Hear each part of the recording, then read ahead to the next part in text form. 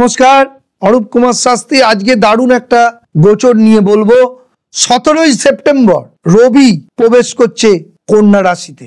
এতদিন রবি বুধ রাহু যুক্ত ছিল, সেই রবি কন্যা রাশিতে রবি বুধ যুক্ত হয়ে গেল।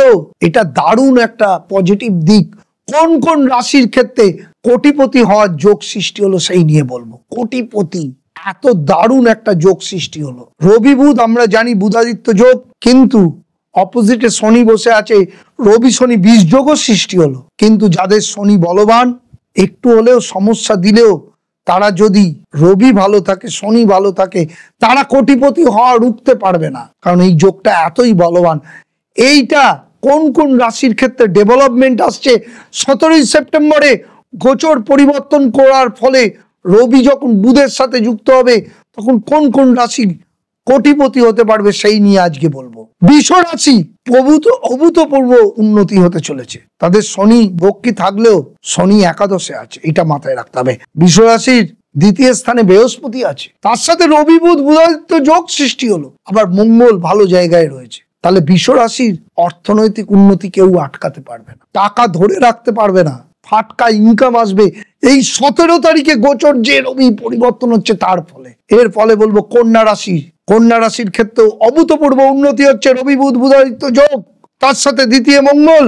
যাদের শনি ভালোবান আছে তাদের পয়সা রাখা যাবে না। রবি শনি 20 যোগ থাকলেও তারা, শনি যদি বলবান থাকে, রবি যদি তার জন্মছকে বলবান থাকে, সে অর্থনৈতিক উন্নতিতে ধনপতি হতে পারে। চরম আর্থিক উন্নতি আসছে। তার সাথে বলবো মকর রাশির চরম উন্নতি আসছে।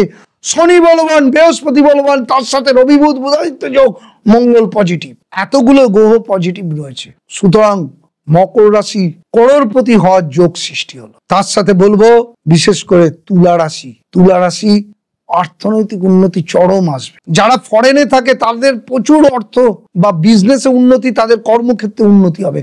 বিশেষ করে যারা ব্যবসা করছে তুলা রাশির ক্ষেত্রে অভূতপূর্ব উন্নতি আসছে। আর চাকরি যারা জন্মস্থান থেকে দূরে করছেন তারা বড় বড় চাকরি আরো পাবেন।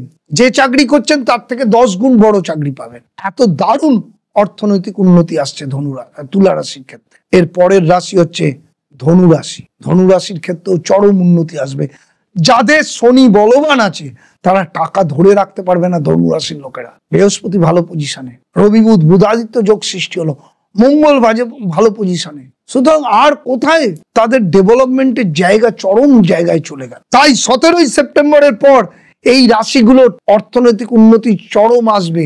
করোড়পতি হওয়ার যোগ সৃষ্টি হলো।